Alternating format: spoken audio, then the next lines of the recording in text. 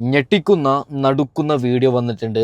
അൻസാരി സുഹരി ഉസ്താദ് മോണലിസ വിഷയത്തിൽ പൊട്ടിത്തെറിച്ചുകൊണ്ട് രംഗത്ത് വന്നിട്ടുണ്ട്. എന്താണ് അൻസാരി സുഹരി ഉസ്താദ് പറഞ്ഞത് അത് ഞാൻ വെച്ചു തരാം. അതിനുശേഷം ശശികള പുതിയൊരു ആധാർ കാർഡുമായിട്ട് രംഗത്ത് വന്നിട്ടുണ്ട്.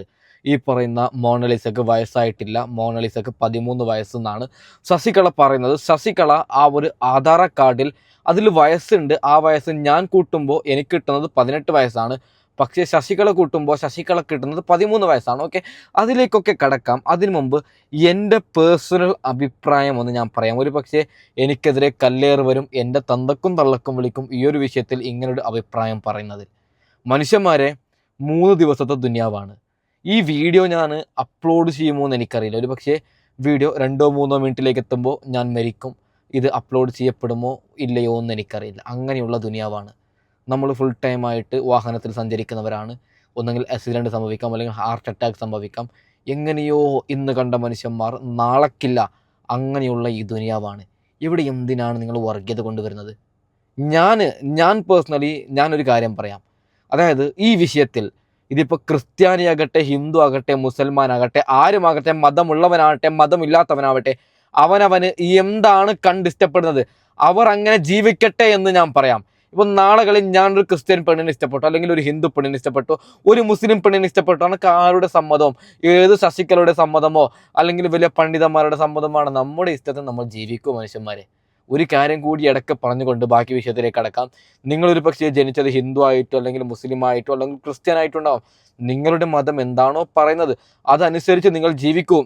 അവർക്ക് ഇഷ്ടമുണ്ടെങ്കിൽ നമ്മൾ കയ്പിച്ച് വിടുന്നേ. എൻ്റെ പേഴ്സണൽ അഭിപ്രായത്തിൽ ഞാൻ പേഴ്സണലി കല്യാണം കഴിച്ചിട്ടില്ല. നാളുകളിൽ എനിക്കിപ്പോൾ പ്രേമമുള്ളവും കാര്യങ്ങളൊന്നുമില്ല.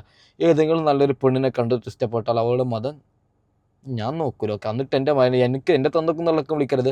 ഞാൻ ഏത് മതത്തിലാണോ ജനിച്ചത് ആ മതം ഞാൻ ക്ലിയറായി കൃത്യമായിട്ട് ഫോളോ ചെയ്യുന്ന ഒരാളാണ്. അപ്പോൾ ഞാൻ വിഷയത്തിലേക്ക് കടക്കുകയാണ്.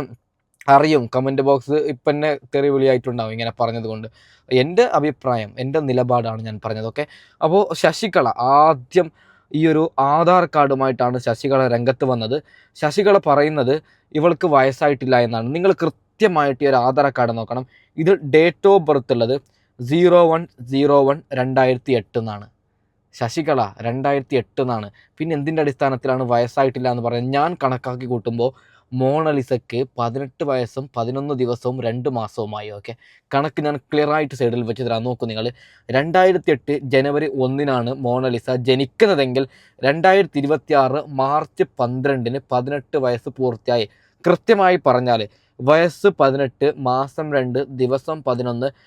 കണക്ക് കൂട്ടിയ രീതി 2008 മുതൽ 2026 വരെ 18 വർഷം.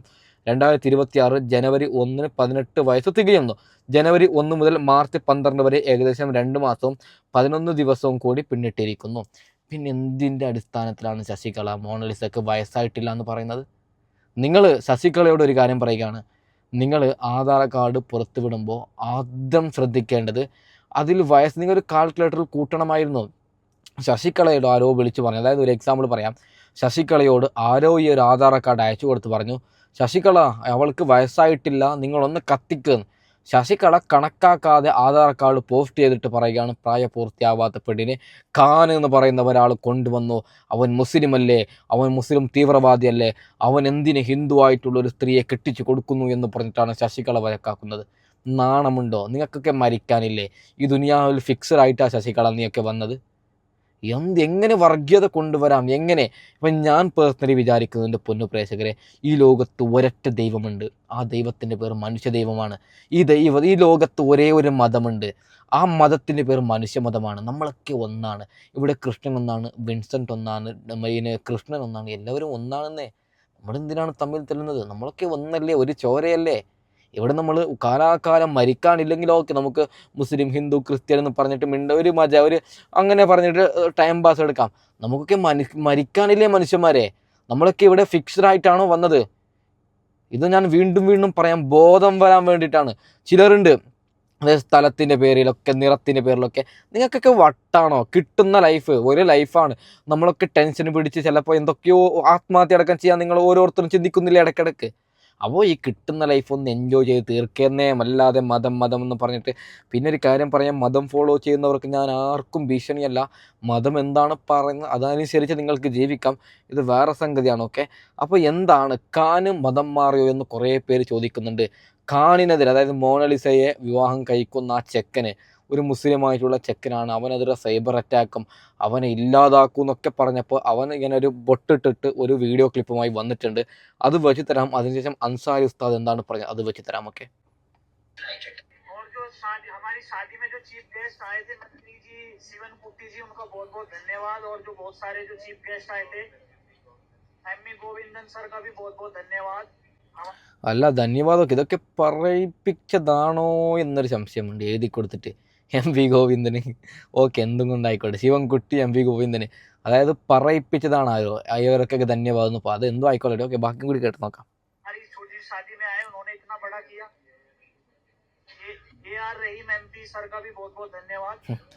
നാണമുണ്ടോ സി പി എമ്മുകാരാ? നാണമുണ്ടോ സി പി എമ്മുകാരാ? ഇത്തിരിയെങ്കിലും ഉളുപ്പുണ്ടോ ഈ പാവങ്ങൾ? അതായത് വീട്ടിൽ നിന്ന് പുറത്താക്കിയ ടെൻഷനിൽ വന്നിട്ട് എങ്ങനെയെങ്കിലും കല്യാണം കഴിഞ്ഞു, അതിനുശേഷം വയസ്സായിട്ടില്ല എന്ന് പറഞ്ഞിട്ട് വലിയ വിവാദം. അതിൻ്റെ ഇടയ്ക്ക് AR റഹീമിനും മറ്റേ ഗോവിന്ദനൊക്കെ ഇവിടെ പറയിപ്പിക്കുകയാണ്. ഞാനൊരു കാര്യം പറയാം. ഞാൻ പേഴ്സണലി ഒരു കോൺഗ്രസ്സുകാരനാണ്.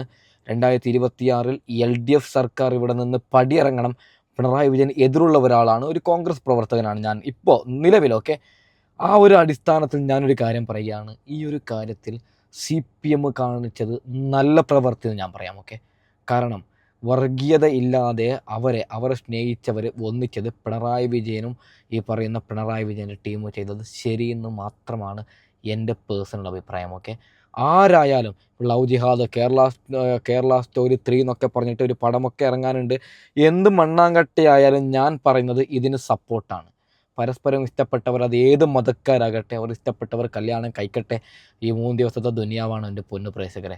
ഓക്കെ, നമുക്ക് അൻസാരി ദുഹരി ഉസ്താദ് കുറച്ച് കാര്യങ്ങൾ പറയുന്നുണ്ട് ഇതിനെക്കുറിച്ചിട്ട്, അത് ജസ്റ്റ് ഒന്ന് കേട്ട് നോക്കാം. ഓക്കെ, എന്തുകൂടെ കൊച്ചു കേരളത്തിൽ നടക്കുന്ന പ്രയാഗ്രാജ് കുംഭമേളയിലെ സൂപ്പർ സ്റ്റാർ മൊണാലിസയെ ലവ് ജിഹാദിലൂടെ ഒരുത്തൻ മതം മാറ്റി കൊണ്ടുവന്ന് കേരളത്തിൽ വെച്ച് അവന് നിക്കാഹ് നടന്നു. ആലോചിക്കേ. എന്നിട്ട് നിക്കാഹാനന്തരം മണിയറയെ കയറി കഴിഞ്ഞാൽ പിന്നെ നിസ്കാരം നടക്കാത്തത് കൊണ്ട് ഉച്ചക്ക് 1 മണിക്ക് തന്നെ രണ്ടുപേരും കൂടെ തഹജ്ജുദ് നിസ്കരിക്കാൻ വേണ്ടി പാളയംപള്ളിയിൽ ഒന്ന് കണ്ടു നോക്കിയാൽ, പാളയംപള്ളി കയറുന്ന ആ രംഗം നല്ലത്.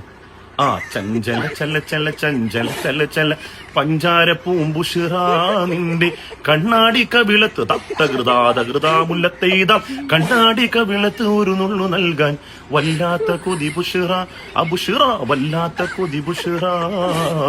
പൂക്കൾ വീരിഞ്ഞു നിൽക്കും പുഷ്പവാടി പുഞ്ചിരിച്ചു കല്യാണ രൂപിണിയ വെണ്ണിലാവുദിച്ചുയർന്നു നീലാംബരവീതി പ്രിയ താരകങ്ങൾ പുഞ്ചിരിച്ചു നീലത്തിരമാലയോട് ചുംബനത്തിനു കെഞ്ചിടുന്നു ആകാശത്തിളിമയിൽ വിലസുന്നോളേ ആകാശത്തിളിമയിൽ വിലസുന്നോളേ. എന്താ സംഭവിക്കുന്നത്? ഈ വർഷത്തെ ഇസ്ലാമിന്റെ മെമ്പർഷിപ്പ് ടാർജറ്റ് പൂർത്തീകരിക്കണം. ഈ മൊണാലിസ ഇസ്ലാമിലേക്ക് വന്നതുകൂടി മൊത്തം മുസ്ലിം ജനസംഖ്യ എടുത്തു പറയരുത് 13,612 പേര്. ഇത് ചില്ലറ കളിയല്ല. ശശീലത്തിക്കിടക്ക് ഇടപെടണം. മെഹറുബാ മുതുക്കി തള്ളേ മെഹറുബാ. ഓക്കെ, ആരാണ് അൻസാരി ദുഹരി ഉസ്താദ് എന്നൊരു കാര്യം കൂടി പറയാം. അതായത് ഇദ്ദേഹത്തിൻ്റെ എല്ലാ വീഡിയോ നിങ്ങൾ നോക്കിയാൽ മതി. വെറുപ്പ് പറയാത്ത, വർഗീയത പറയാത്ത കാര്യം പറയുന്ന ഒരു മഹാനായ ഒരു വ്യക്തിയാണ് അൻസാരി ദുഹരി ഉസ്താദ്. അദ്ദേഹത്തിന് ഞാൻ റെസ്പെക്റ്റ് കൊടുക്കുന്നുണ്ട്. അതായത് അദ്ദേഹം ഇങ്ങനെ പ്രതികരിക്കാൻ കാരണം അദ്ദേഹത്തിൻ്റെ ചില അനുയായികളോട് ഞാൻ വിളിച്ച് ചോദിച്ചപ്പോൾ നമുക്ക് കിട്ടിയ വിവരം, അതായത് കുറേ പേര് പറയുന്നത് ഇവളെ മോണലിസയെ മുസ്ലിമാക്കുന്നുണ്ട്, മോണലിസയെ പള്ളി കൊണ്ടുപോകുന്നുണ്ട്, മോണലിസക്ക് ബീഫ് കഴിപ്പിക്കാൻ വേണ്ടിയാണ് ഖാൻ കൊണ്ടുവന്നത്, കേരള സ്റ്റോറി, അങ്ങനെയൊക്കെയാണ് കമൻറ്റ് വന്നത്. അതുകൊണ്ടാണ് ഉസ്താദ് പറഞ്ഞത് അവർ പോയത് പള്ളിക്കല്ല അമ്പലത്തിൽ പോയിട്ടാണ് അവർ വിവാഹം കഴിച്ചത് എന്ന് ഉസ്താദ് തെളിയിക്കുകയാണ്. ഓക്കെ, ഒരു കാര്യം കൂടി പറഞ്ഞിട്ട് ഞാൻ വൈൻഡപ്പ് ചെയ്യുകയാണ്. എന്തിനാണ് ഇവിടെ വർഗീയതൊക്കെ കൊണ്ടുവരുന്നത്? എന്തിനാണ് ശശികല? 3 ദിവസത്തെ ദുനിയാവിൽ എന്തും വേണ്ടാത്തൊക്കെ വരുന്നുണ്ട്. സത്യം പറഞ്ഞു കഴിഞ്ഞാൽ എനിക്ക് പേഴ്സണലി എന്തോ ദേഷ്യം വരുന്നുണ്ട്. ഓക്കെ, തൽക്കാലം ഞാൻ വൈൻഡപ്പ് ചെയ്യുകയാണ്. അടുത്ത വീഡിയോയുമായി നമ്മുടെ രാഹുൽ മാങ്കുടത്തിൽ നടക്കുന്നൊരു വീഡിയോ വന്നിട്ടുണ്ട്. ആ ഒരു കോണ്ടന്റ് ഒന്ന് ഒരുമിച്ച് ചെയ്തിട്ട് പിന്നെ എഡിറ്റിങ് കാര്യങ്ങളൊക്കെ ഉണ്ട്. അപ്പോൾ തൽക്കാലം മൈൻഡപ്പ് ചെയ്യുകയാണ്. Okay bye.